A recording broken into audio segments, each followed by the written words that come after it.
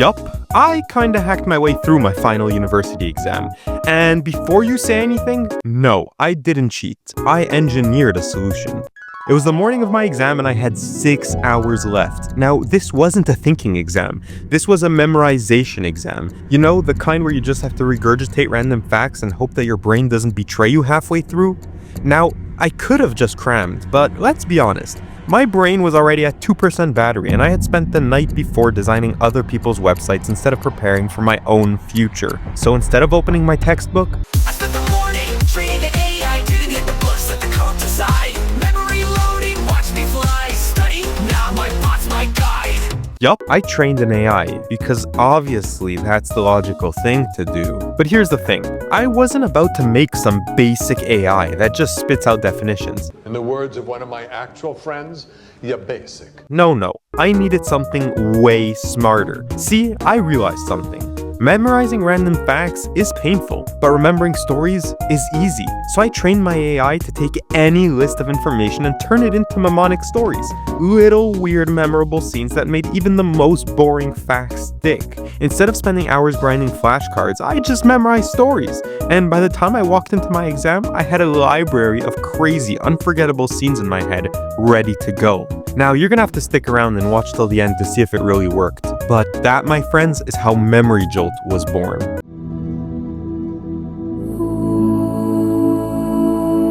So there I was, racing against the clock, trying to get my AI to generate mnemonics faster than my impeding doom. And it hit me.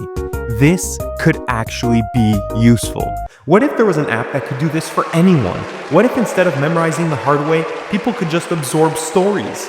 And so I went from training an AI for my exam to spending the last month designing and building an entire SaaS around it.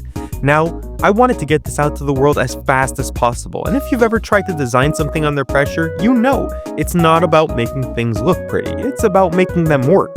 This is something that a lot of people get wrong when designing apps. They think, what color should the button be? Before even asking, what should the app do? Wrong approach, buddy. That's how you end up with a startup that looks great on Dribbble, but doesn't actually solve a problem. For Memory Jolt, I needed it to do one thing: help me remember stuff fast. So that's where I started. Not with a fancy layout, not with a trendy gradient, just the core function. And that brings me to the first lesson that I learned. Start with a feature, not a layout. Listen. If you're designing a SaaS, do not start by choosing fonts and button styles, please. You'll waste hours tweaking colors before realizing that your app has no soul. Instead, start with the main action your user needs to take. For me, that was take a concept, turn it into something memorable, and make it stick. That's it. That's the whole point of the app. Once I nailed down how users would interact with the app, then I could make it pretty. And trust me, this approach saves so much time. You don't waste hours redesigning layouts because you built them around a feature instead of trying to force the feature into a layout. But even a great feature is useless if the UI makes people rage quit. And that led me to my next realization. Build UIs that don't make people rage quit. Have you ever opened an app and instantly felt overwhelmed? Like you just wanted to do one simple thing, but now you're staring at 12 tabs, 40 buttons, and a dashboard that looks like a NASA control panel? Yeah, that's what I wanted to avoid. So I followed a few critical UI rules that I promise will make any app instantly better. First, I limited choices. Ever heard of decision fatigue? If your user has to think before clicking something, you've already lost them.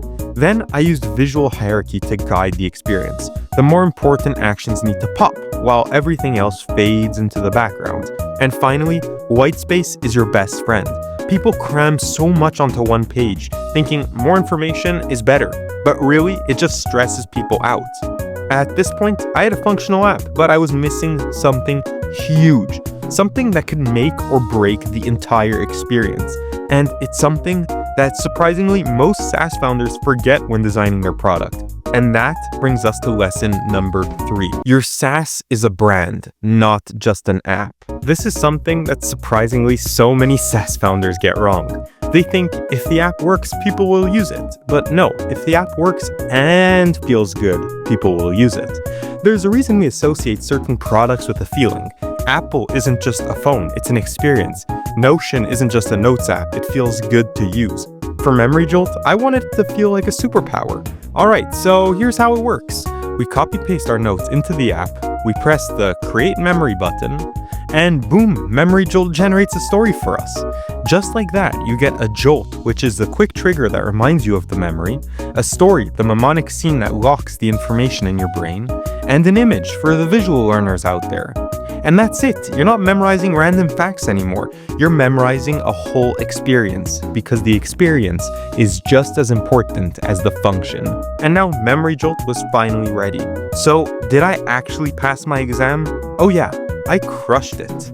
I walked in with zero stress, and instead of panicking over random facts, I just replayed the insane mnemonic stories my AI had generated. It was like having a cheat code for my brain. With Memory Jolt, I actually remember what I learned. Weeks later, I can still recall those ridiculous stories. And that's when I knew I had to turn this into a real product that anyone can test out. So here's the takeaway. Start with function, then make it look good. Make your UI feel natural, not overwhelming. And if you ever need to study for an exam, maybe let the AI do the heavy lifting. Because let's be real, who wants to brute force memorization when you can just hack your brain? If you're ever struggling to memorize something, whether it's for school, work, or just life, Memory Jolt is designed to make it easy. It's free to try, so hit the link below and let me know what you think. I'm also giving 50% off your first month in the pinned comment below. And if you're designing your own SaaS or website, drop a comment with a link to it. I might roast your UI in my next video. Bye!